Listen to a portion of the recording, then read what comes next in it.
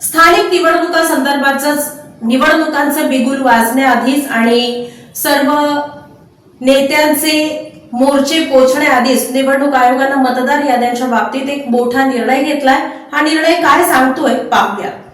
स्थानिक स्वराज्य संस्थांच्या निवडणुकीआधी विरोधक मतदार याद्यांमधील कथित घोळावरून आक्रमक झाले आहेत। विरोधी पक्षातील सर्व प्रमुख नेत्यांनी निवडणूक अधिकाऱ्यांची भेट घेतल्यानंतर मोर्चाची घोषणा करण्यात आली।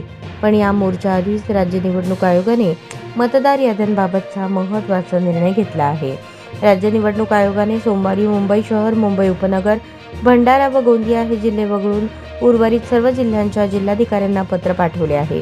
आयोगाने यापूर्वी 32 जिल्हा परिषदा आणि 336 पंचायत समित्यांच्या सार्वजनिक निवडणुकीसाठीच्या मतदार याद्या तयार करण्याचा कार्यक्रम जाहीर केला आहे। अंतिम मतदार यादी प्रसिद्ध करण्याची मुदत 27 ऑक्टोबर ही होती, पण आता त्याला मुदतवाढ देण्यात आली आहे। त्याप्रमाणे दुबार मतदारांबाबत आवश्यक कार्यवाही करण्याचे आदेशही निवडणूक आयोगाने दिले आहेत।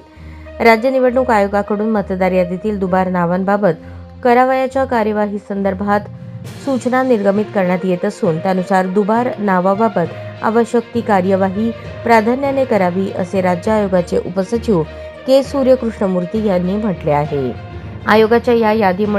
आयोगाच्या या आदेशामुळे 32 जिल्हा परिषदा, 336 पंचायत समित्यांच्या मतदार याद्या प्रसिद्ध करण्याची प्रक्रिया लांबणीवर पडली आहे। पत्रानुसार निवडणूक विभाग व निर्वाचक गणाच्या छापील मतदार याद्या अधिप्रमाणित करण्याची अंतिम मुदत 3 नोव्हेंबर असेल।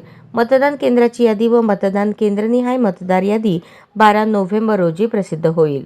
दरम्यान विरोधी पक्षांनी मतदान याद्यांमधील अनेक त्रुटी निवडणूक आयोगाच्या निदर्शनास आणून दिल्या। त्यामध्ये दुबार नावांचा मुद्दाही प्रकर्षाने मांडण्यात आला।